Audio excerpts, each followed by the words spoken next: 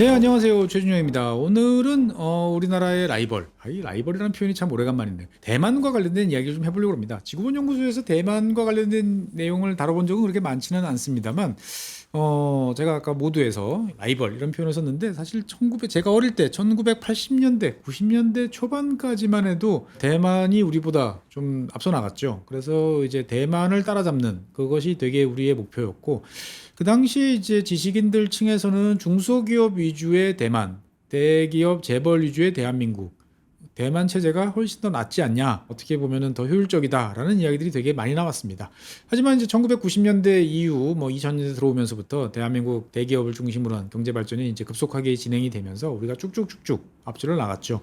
그래서 대만이 이제 상당히 잊혀진 나라처럼 됐지만 TSMC로 대표되는 여러 가지 반도체 산업 생태계를 굳건하게 구축을 하면서 최근에 AI 붐을 타고 대만이 이제 급속하게 다시 부상을 하고 있습니다. 그래서 1인당 GDP에서 한번 우리나라를 제끼고 최근에 그 경제 성장 같은 경우도 우리가 0%대에 비해서 대만 같은 경우는 3% 아주 이제 놀라운 성장을 거듭하고 있어서 여러 가지로 우리한테는 좀 골치라고 하기보다는 좀 어쨌든 잘 따라잡아야 되는 여러 가지로 라이벌 관계가 다시 형성이 되고 있는 대만과 관련된 이야기를 해보려고 합니다.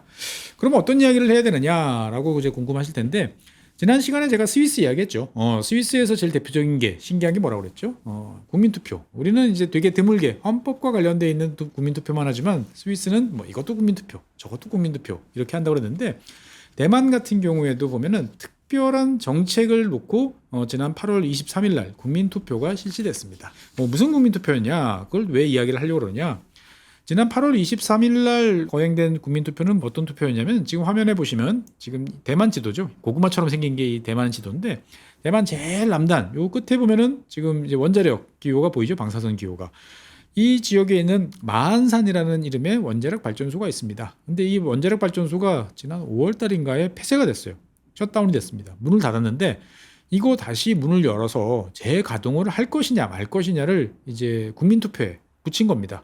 그런데 투표를 하고 나니까 어떻게 됐느냐? 국민투표가 효과를 얻으려면 유효하게 하려고 그러면 25% 이상, 그러니까 대만 유권자의 25% 이상이 참여를 해야 되는데 22%만 참여를 한 거예요. 그러니까 어떻게 보면은 유효 정족수 미달로 이제 자동으로 이제 부결이 됐습니다. 하지만 그래도 이 대만은 22% 투표한 사람들 표는 개표를 이제 해봤더니 74%가 찬성을 했어요. 그러니까 3%, 그러니까 대만 전체 인구를 보면 한 6, 70만 명 정도가 더 찬성을 했었으면 다시 대만의 에너지, 그중에서 원자력과 관련된 운명이 많이 바뀌었겠구나라는 생각이 좀 들었습니다. 그래서 오늘 이번 시간에는 이 투표 소식을 보고 대만의 에너지 그리고 대만의 원자력과 관련된 이야기를 좀 해보려고 합니다. 잘 아시는 것처럼 대만은 이제 반도체 원툴 국가다라고 이야기를 합니다. 지금은 정말 그렇게 됐죠. 저 어릴 때만 해도 대만 같은 경우에 보면 석유화학도 상당히 강세였던 걸로 기억이 돼요. 그래서 포모사 같은 이런 기업들이 석유화학 기업들 대표적인 것도 있었고 여러 있었는데 지금은 자관 이 반도체 전자 이쪽으로 이제 나라를 이제 꾸려가고 있는 거죠. 근데 잘 아시는 것처럼 이 반도체에서 필요한 건 뭘까요? 반도체에서 필요한 거는 좋은 인력도 필요하고 그다음에 물도 많이 필요합니다. 하지만 AI와 마찬가지로 이 반도체 같은 경우도 엄청난 양의 전기를 필요로 합니다. 반도체 만드는데 전기가 왜 많이 필요하느냐라고 이제 의문을 가지실 분도 있습니다만 사실 잘 생각해 보세요. 반도체라는 것은 기본적으로 실리콘을 쪼개서 거기다가 배선도를 얹고 그다음에 애칭을 시키고 기타 등등의 여러 절차를 쭉 거치는 거죠. 그러니까 실리콘이라는 놈을 녹여서 만들고 그 다음에 여기에 대해서 노광 이런 거를 할 때 또 엄청난 여러 가지 에너지가 소요가 됩니다. 그리고 이제 이런 많은 작업들 같은 경우 마스킹이라든지 여러 작업들이 또 진공 아주 고진공 상태에서 유지가 되죠. 그러면 진공을 유지하는 것도 이게 사실 막대한 에너지가 이제 들어간다라고 이제 보시면 되겠습니다. 그리고 이제 여러 가지 환경 오염의 원인이 되는 세정 작업 중에서도 에너지가 많이 들어갈 수밖에 없습니다. 그래서 실제로 이제 이러한 그러니까 반도체 팹 하나를 유지하는 데 있어서 여러 가지 각 공정에서 많은 에너지가 필요로 한다라고 말씀드리겠습니다. 그래서 대만을 상징하는 반도체 회사 어디죠? 여러분들 잘 아시는 TSMC. TSMC 같은 경우에는 2021년 몇 년 전 통계이기는 합니다만 2021년 한 해에 TSMC 하나가 쓴 전력이 대만 전체 전력의 7.2%를 사용했습니다. 회사 하나가.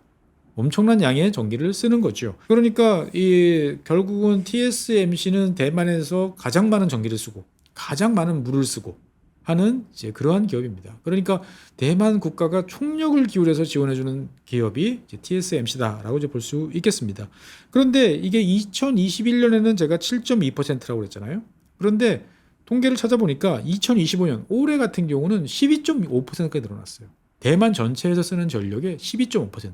그러니까 21년, 25년 4년 만에 거의 더블로 이제 늘어난 거예요. 도대체 왜? 뭐 일이 있어서 TSMC가 그렇게 장사를 잘했나? 라고 볼 수도 있겠습니다만 여러 가지 이유가 있습니다만 가장 대표적인 것은 1나노, 2나노 이런 이제 아주 선단으로 나가다 보니까 우리가 이제 여러분들 잘 아시는 것처럼 그 EUV라고 그러죠. 그 원자외선으로 하는 극한의 이제 노광 장비를 동원해서 반도체 선폭을 유지해야 되고 회로를 그리는 작업들을 하게 되는 거죠. 사실 저는 이제 이 그 ASML이 만든 EUV 관련해서 여러 가지 메커니즘에 대해서 뭐 유튜브도 보고 설명도 듣고 찾아보기도 했는데 마술 같아요. 솔직한 얘기로. 정말 마술 같아요. 이거를 해서 정말 막 무슨 뭐 방울을 만들고 여기다가 뭐 거울로 이걸 에너지를 때려가지고 이거를 주파수를 형성을 시켜가지고 좌우간. 어떻든 중요한 점은 뭐냐? 어마어마하게 많은 에너지가 든다. 그러니까 기존의 노광 장비에 비해서 지금 1나노, 2나노 하는 이런 쪽의 노광 장비 같은 경우는 10배, 전력이 10배 들어가는 거죠. 그러한 노광 장비가 TSMC에 몇 대씩 깔리죠? 막 수십 대씩 쫙 깔리지 않습니까? 그러니까 말 그대로 전기 잡아먹는 귀신들이 신주 산업단지에 여기저기 있다라고 이제 보시면 되겠습니다. 그러다 보니까 뭐 TSMC만 있나요? 대만에 많은 반도체 기업들이 있죠. 그러니까 다 전력 수요가 급증을 하고 있습니다. 그래서 2020년대 말, 그러니까 앞으로 한 5년 사이에 현재보다 대만 전체가 한 13% 정도의 에너지를 더 쓸 거다, 전기를 더 쓸 거다라고 지금 이야기를 하고 있습니다.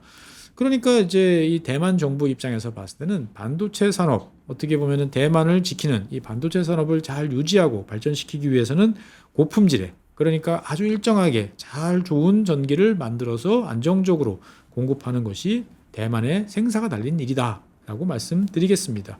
그래서 실제로 보면은 정말 이 반도체에서 만드는 이 전력이라는 것을 지금 화면에 보시면은 옛날에 7나노, 그다음에 5나노, 3나노 이런 식으로 표시됐는데 그때마다 늘어나는 게 이제 보이는 거죠. 그러니까 다 12인치 웨이퍼 기준으로 했을 때 이런 식으로 증가를 하고 있다라고 이제 보시면 되겠습니다. 그런데 이제 이 대만 같은 경우에는 전기를 어떻게 만드느냐라고 보면 대만도 이럴 때는 우리나라랑 비슷해요. 무슨 말이냐? 땅 파봐야 나올 게 없어요. 제가 여러 번 말씀드렸죠. 농담처럼. 다른 세계 많은 나라에서 땅 파면 뭔가 나와요. 근데 대한민국, 대만, 대자 형제인가? 자고한 땅 파봐야 나오는 게 별로 없는 나라다라고 이제 말씀드리겠습니다.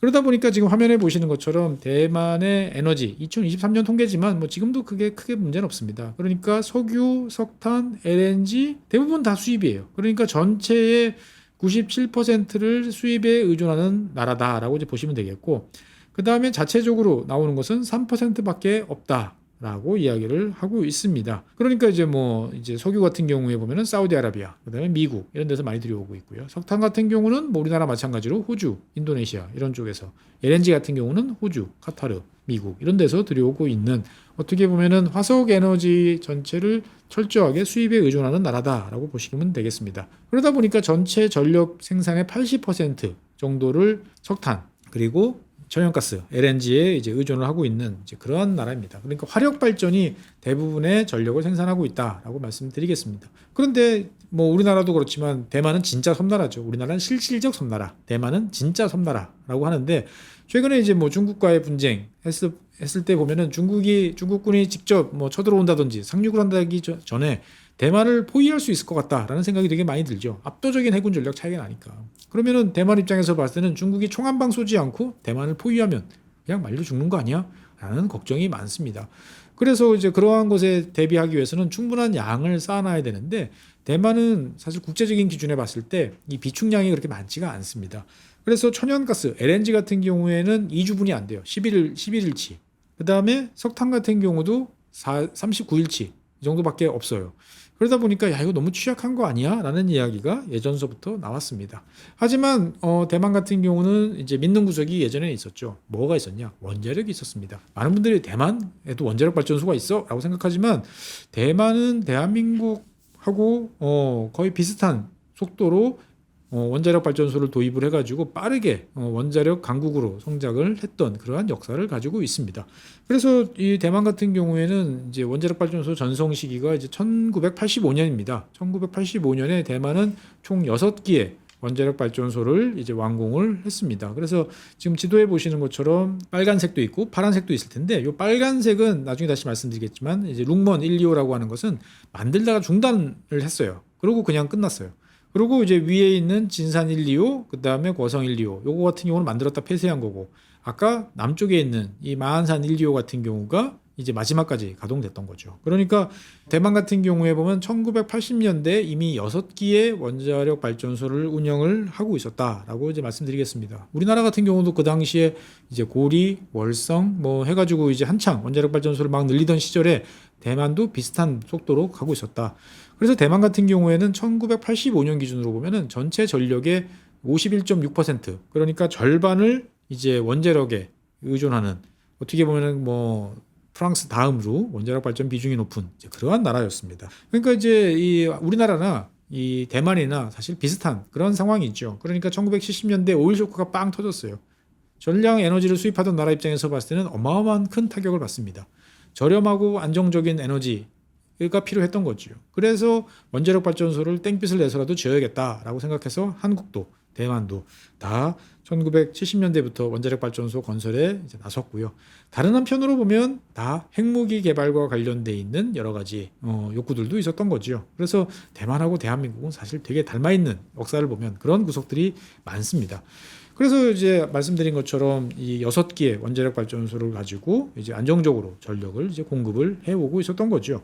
그런데 이제 문제가 생기기 시작을 합니다. 언제부터 이제 문제가 생기기 시작하냐면은 1980년대부터 이제 문제가 생기기 시작을 하는 거죠. 어떤 문제가 생기냐면은 지금 뭐 이렇게 거대한 산이 이제 보이는데 이거는 지금 섬입니다. 섬. 난초라고 하는, 한자로 하면 난초죠. 난초섬이라고 하는 이 섬에 당시에 대만 정부가 몰래 이제 저준위 폐기물 처리장을 비밀 건설했습니다. 우리나라 경주에 보면은 중저준위 폐기물 처리장이 있죠. 그래서 주로 이제 원자력 발전소에서 나오는 각종 공구, 방호복 이런 것들을 처리할 수 있는, 그러니까 원자력 발전소 운영에 따른 여러 가지 부산물들을 처리하는 이런 시설들이 우리는 경주에 있는데, 이 대만 같은 경우에 보면은 이 국민당 정부가 원래 이제 본토에 있다가 공산당에 밀려가지고 내려왔죠. 그러면서 이제 원주민들하고 사이가 안 좋았어. 여러 가지 학살 사건도 있고. 그런데 자관 이 원주민들이 주로 대만 원주민들이 거주하던 이 난초섬에다가 몰래 이 저준위 폐기물 처리장을 건설을 하고 있었는데, 이것이 1987년에 이제 폭로가 됩니다. 그러다 보니까 이제 이것이 정치적인 이슈가 돼요. 그래서 1986년에 이제 당시에 이 우리나라와 비슷하게 대만도 이 1980년대 중반에 이제 민주화. 그러니까 대만 같은 경우는 거의 90년대 초반까지 계엄령이 계속 유지되던 이제 그런 나라죠. 이 당시에 이제 민주화 운동을 이제 하기 위한 여러 가지 단체들이 설립이 되고 정당도 만들어졌는데, 그 당시에 이제 민진당, 지금 이제 집권당이죠. 이 민진당 같은 경우가 이것을 이슈로 낚아챕니다. 그래서 원전 반대라는 것들을 외치면서 이제 정치적으로 이제 성장을 하게 되는 거죠. 그 와중에 이제 대만 같은 경우는 계속 원자력 발전소를 이제 잘 운영을 하고 있었습니다. 그래서 화면에 보시는 것처럼 이 대만의 원자력 발전소 같은 경우에 보면 제일 밑에 있는 요게 원자력 발전소예요. 그래서 1985년서부터 이제 이 당시에는 50%가 넘는 이제 비율을 유지를 하고 있었는데, 그 다음서부터 쭉 낮아집니다. 대만 전체의 경제가 성장을 하면서 전력 수요가 늘어난 거죠. 그러니까 전력 공급하는 게 늘어났는데 원자력 발전소를 더 증설을 하지 않으면서 주로 LNG나 석탄 화력이 증가를 하게 되면서 상대적으로 이제 원자력 발전소 비중이 줄어드는 모습을 보이게 됩니다. 그래서 대만 같은 경우에 보면은 비교적 최근까지 석탄 화력 발전소가 가장 많았고, 최근 들어서는 이제 LNG가 가장 많은 포션을 차지를 하고 있죠. 그래서 이제 그 대만 같은 경우에 보면 아까 말씀드린 것처럼 1970년대, 그러니까 1977년에 최초의 원자력 발전소가 가동을 시작을 합니다. 이때서부터 6기가 완성되는 1985년까지 지속적으로 증가를 하고, 그것이 2017년까지 쭉 유지가 되는 이러한 흐름들을 이제 겪게 되는 거죠. 그런데 이제 이런 와중에 2000년에 그 민진당이 처음으로 집권을 하게 됩니다. 그러니까 집권을 하고 나니까 이 민진당 입장에서 봤을 때는 이 원자력 발전소 그동안에 폐쇄한다라고 이야기하는데 어떡할 거냐라는 이제 이슈가 제기가 됩니다. 당시에 이제 이 대만의 원자력 발전소 같은 경우에 보면 아까 말씀드린 것처럼 3곳이 이제 북쪽에 2곳, 그다음에 제일 남쪽에 1곳 해가지고 총 3곳에 6개의 원자력 발전소가 있었고, 그 다음에 이제 2기의 원자력 발전소가 당시에 이제 건설이 되고 있었습니다. 그런데 이제 당시에 민진당 같은 경우에 보면은 야 이미 짓기 했던 거 이거 어쩔 수 없잖냐. 지금 이거 그만두면 비용이 너무 예산이 너무 아깝다. 그러니까 추가적으로 더 원전은 짓지 않을게. 하지만 일단 짓던 것들은 계속 짓자라고 그래가지고 대만에 일단 4번째 원자력 발전소가 계속 건설이 되고 있었죠. 그런데 이제 이 2011년에 이제 큰일이 터집니다. 여러분들 잘 아시겠죠? 2011년에 이제 후쿠시마 동일본 대지진이 생기면서 이 원자력 발전소가 큰 타격을 받는 이제 그러한 일이 벌어지게 됩니다. 대만이랑 일본은 원래부터 친해요. 그런데 또 다른 한편으로 보면은 여러분들 뉴스 보시면 아시겠습니다만 일본만큼은 아니지만 대만도 이제 불의 고리 위에 있는 나라입니다. 그러니까 지진이 일상적이고 지진이 한번 발생하면 상당히 강력하게 발생하는 일이 많습니다. 당연히 대만 사람들로서는 두렵죠. 무섭습니다. 그러니까 정말 원자력 발전소가 그런 이제 쓰나미에 밀려가지고 일본처럼 폭파가 되면 사고가 나면 우리 다 죽는 거 아니야? 그래서 당시에 많은 국민들이 거리로 나와서 원전 반대를 이제 외치게 됩니다. 그래서 이제 결국 2014년에 이제 이 결단을 내립니다. 대만 정부가. 그러니까 당시에 이 4번째 원전 건설 거의 완공 직전이었어요. 한 뭐 95%? 뭐 좀 있으면 거의 완공 다 했고 이제 운영만 하면 이제 그런 다른 단계였는데 건설을 일단 중단을 합니다. 국민들이 너무너무 원전에 대해서 이제 반대를 했기 때문에 운영을 뒤로 늦추자라고 그래가지고 일단은 이제 그 준공을 하지 않고 그냥 뒤로 밀어둡니다. 그리고 이제 당시에 이제 국민당, 민진당이 계속적으로 이제 정권을 왔다 갔다 하던 사이에 2016년에 이제 민진당이 다시 이제 정권을 잡게 되는데 이 당시에 민진당은 국민들의 그러한 불안감을 잘 이제 호소를 하면서 무슨 구호를 내세웠냐? 핵 없는 조국 이라는 이야기를 합니다. 그래서 이제 이 문을 다 닫겠다라고 이야기를 하는 거죠. 보통 원자력 발전소는 이제 설계 수명이 40년입니다. 그러니까 40년 동안 연속적으로 가동하는 거를 전제로 해서 설계를 하고 운영을 하는 거죠. 그러면 40년이 지나면 문을 닫느냐? 그러면은 보통 어떻게 되죠? 많은 나라들이 이 비싼 돈을 주고 만든 원자력 발전소 고쳐서 쓰면 되지라고 생각해서 수명 연장이라는 것을 합니다. 그래서 사실 수명 연장이라는 것은 거의 원자력 발전소에 있는 모든 것을 다 뜯어 고쳐요. 여러 가지를. 그러니까 아주 대공사입니다. 대규모 리노베이션이에요. 이런 걸 해서 보통 10년 또는 20년을 이제 쓰게 되는 거죠. 그래서 보통 원전은 60년 정도를 쓴다. 많이 쓰면 80년까지도 이제 쓰게 되는데 당시에 민진당은 이제 전기사업법, 우리나라 전기사업법이 있죠. 이걸 개정을 해가지고 40년 설계 수명이 종료되면 그걸로 끝. 이렇게 이야기를 하게 됩니다. 우리나라 같은 경우에도 이제 문재인 대통령 때 이제 비슷한 정책을 이제 시행을 했었죠. 그렇게 계산을 해보니까 마지막으로 완공된 원전이 1985년에 완공된 원전입니다. 그러니까 40년 가동하면 2025년이잖아요. 그래서 2025년에 더 이상 수명 연장 없이 원전을 모두 문을 닫는다라고 결정을 내리게 됩니다. 그래서 지금 화면에 보시는 것처럼 2019년부터 원전이 단계적으로 폐쇄가 되기 시작을 합니다. 그래서 2019년 2기가 폐쇄되고요. 2020년 2개가 폐쇄되고 그 다음에 최종적으로 2025년 올해에 이제 마지막 남은 원전 2기가 이제 폐쇄를 하게 됩니다. 이러한 과정을 거치면서 이제 대만의 원자력 발전 전력 생산량은 급속하게 감소가 되는 거죠. 그래서 2022년이 되면은 8.3%까지 이제 원전 비중이 감소가 되고요. 그리고 2025년 5월 17일 날 마지막 원전이 문을 닫고 가동이 중단되는 거죠. 그래서 이제 원자력 발전소가 문을 닫고 나니까 이제 대만의 이제 전체 에너지 시스템에서 이제 전력 예비율, 만약을 대비한 전력 예비율이 한 3% 정도 이제 떨어지는 이제 그러한 일이 이제 벌어집니다만 당장은 이제 큰 문제가 이제 없습니다.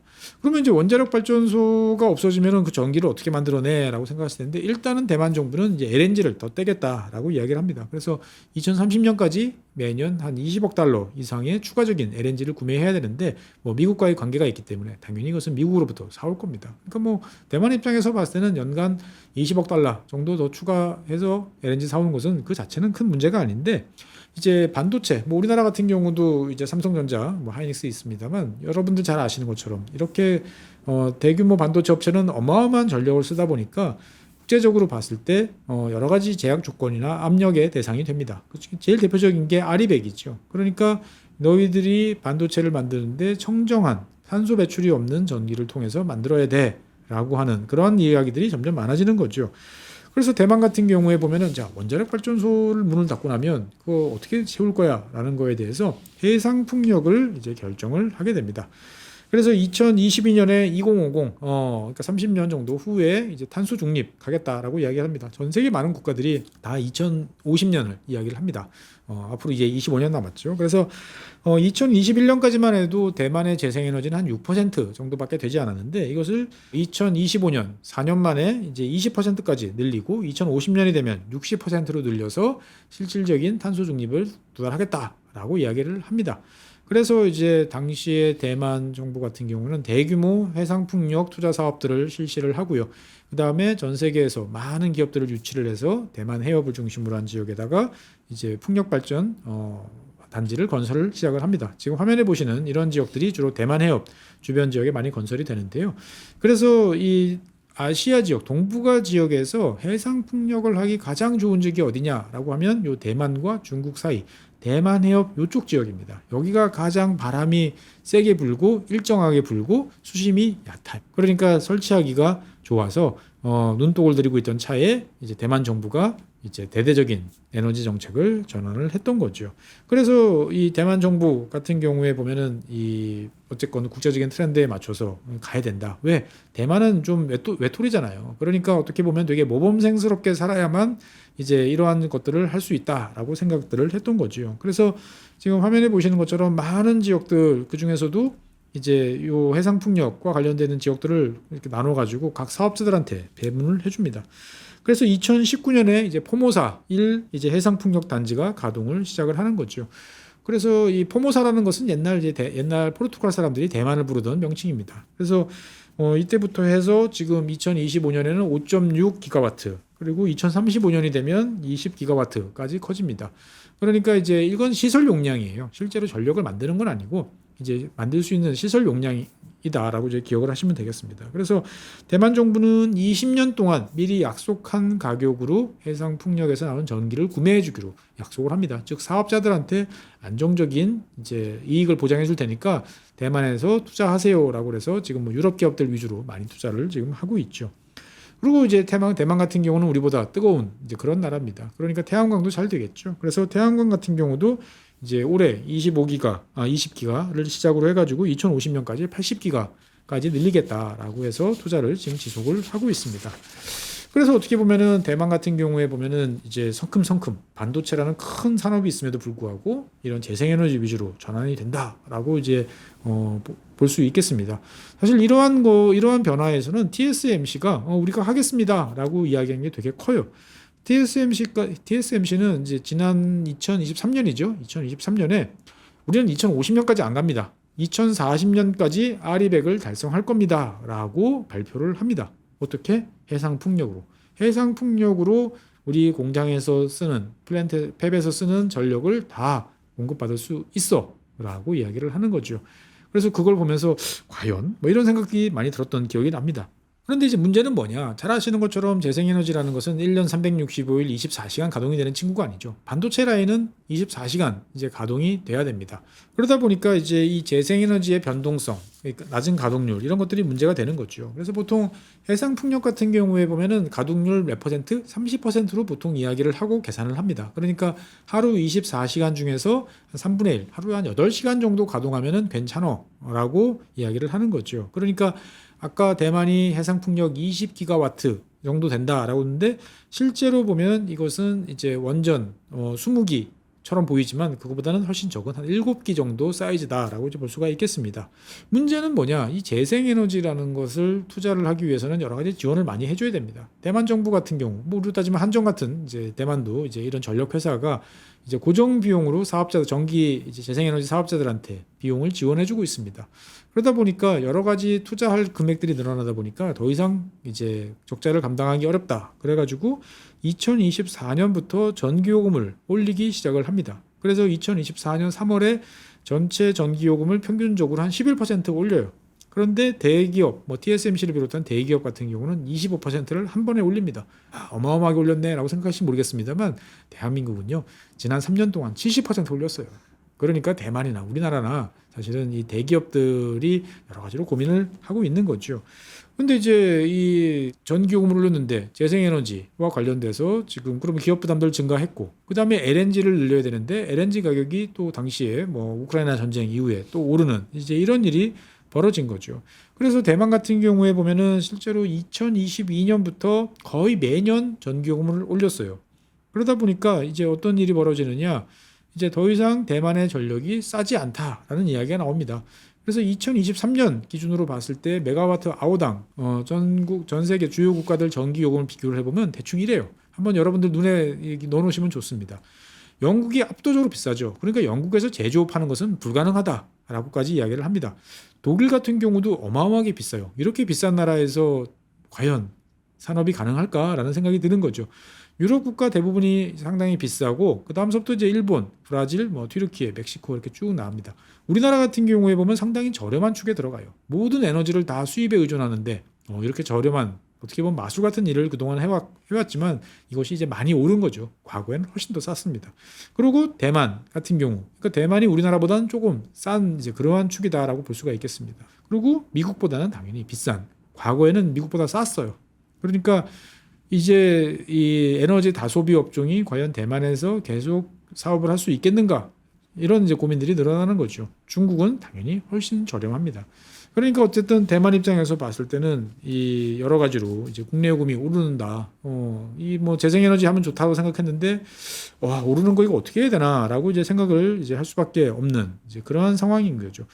특히나 지금 화면에 보시는 것처럼 최근에 2021년 이후부터 이 파란색으로 표시한 산업용 전력 요금이 튀는 거죠. 오히려 이제 이 주거용 같은 경우에 보면은 뭐 하락 추세를 이제 보이기도 하는데 산업용이 이제 튀고 있다라고 이제 볼 수 있겠습니다. 그러다 보니까 이제 타이파워, 타이완 파워죠. 그러니까 우리 따지면 이제 한정 같은 이런 회사가 전력 회사인데 망사업자인데 이제 137억 달러. 그러니까 우리 돈으로 보면 한 19조 원 정도의 적자가 누적이 돼서 여러 가지로 문제가 되고 있다라고 대만 언론은 이야기하는데, 뭐 대한민국의 한전과 비교해 보면 상당히 약소하다라고 이제 볼 수가 있겠습니다. 어쨌든 이러한 상황을 이제 목도한 이제 대만 정치권은, 야, 이런 식으로 계속 전기요금이 오르면 결국 우리 다 이제 미국 가서 사업할 수밖에 없어. 그러니까 원자력 발전소를 무조건 문 닫을 게 아니고 계속적으로 가동을 하면서 재생에너지가 어느 정도 올라올 때까지 더 기다릴 수도 있잖아. 왜 성급하게 문을 닫았어? 라고 이야기를 하면서 지난 5월 달에 20년 동안 연장하는 방안에 대해서 한번 이야기를 하다가, 자, 그러면 앞으로 지어지는 발전소에 대해서는 설계 수명 40년 플러스 20년 할 수 있어 라고 법을 통과를 시킵니다. 하지만 문제는 뭐죠? 이 법은 앞으로 만들어질 원전입니다. 그러니까 기존의 원전, 문 닫은 원전에는 적용이 안 돼요. 그래서 이제 그러면 기존의 원전을 문을 열자, 안 된다라고 하니까 그럼 국민투표라고 했던 거고, 거기에서 앞서 말씀드린 것처럼 22%, 25%의 문턱을 넘지 못해서 그냥 자동으로 이제 부결되는 이제 그러한 일이 이제 벌어졌던 거죠. 그러니까 이게 실제로 TSMC 같은 어마어마하게 많은 에너지를 쓰는 이 반도체 회사, 그것도 아주 고품질의 전력을 필요로 하는 회사가 과연 해상 풍력과 이제 이 태양광 같은 재생에너지로 안정적으로 잘 가동이 될 수 있을 것인가? 라는 거에 대해서 이제 우리가 좀 관심을 가지고 지켜볼 필요가 있는 거죠. 안 된다고 볼 수는 없습니다. 여러 가지 방법들이 있고 그것들을 잘 할 수도 있는 거죠. 그러니까 대만이 어떻게 움직이는지에 따라서, 왜냐하면 대만은 했어요. 그러면 우리 기업들은 못해. 너희들은 왜 안 돼? 라고 또 여러 가지 또 페널티를 물 가능성도 있겠죠. 그러다 보니까 어쨌건 대만의 상황에 대해서 우리는 좀 이렇게 폭넓게 볼 필요가 있다라고 이야기를 할 수 있겠습니다. 참고로 그러면 어느 회사가 이렇게 아리백을 자꾸 하라고 요구하느냐라고 보면은 보통 이제 애플 같은 경우가 아리백에 대해서 되게 진심이에요. 그러니까 아리백이라는 건 꼭 100% 재생에너지는 아니고 재생에너지 전기를 사들여서 산 증서, REC만 사실은 있어도 되긴 됩니다. 근데 어쨌건 애플 같은 경우에 보면은 아리백과 관련되는 되게 열성을 보이고 있는 데 비해서, 반대로 이제 TSMC 제일 큰 고객 중에 하나는 엔비디아 같은 경우에 보면은 이 젠슨 왕 대표 같은 경우는, 아니 탄소 배출만 없으면 되잖아, 원자력 좋아 라고 이야기를 이제 하고 있기는 합니다. 과연 대만이 이제 문 닫은 원자력 발전소를 다시 조만간 문을 열어서 원전을 부활시킬 것인지, 아니면 정말 빠이빠이 하고 이제 해상 풍력을 위주로 한 이제 재생에너지 국가로 변모를 할 수 있을 것인지에 대해서는 잘 지켜보면 여러 가지로 재미있을 것 같습니다. 네, 오늘은 반도체 강국 대만의 재생에너지 그리고 원자력 발전소 폐쇄와 관련된 이야기를 나눠봤습니다. 다음 시간에는 새로운 주제로 여러분을 찾아뵙겠습니다. 고맙습니다.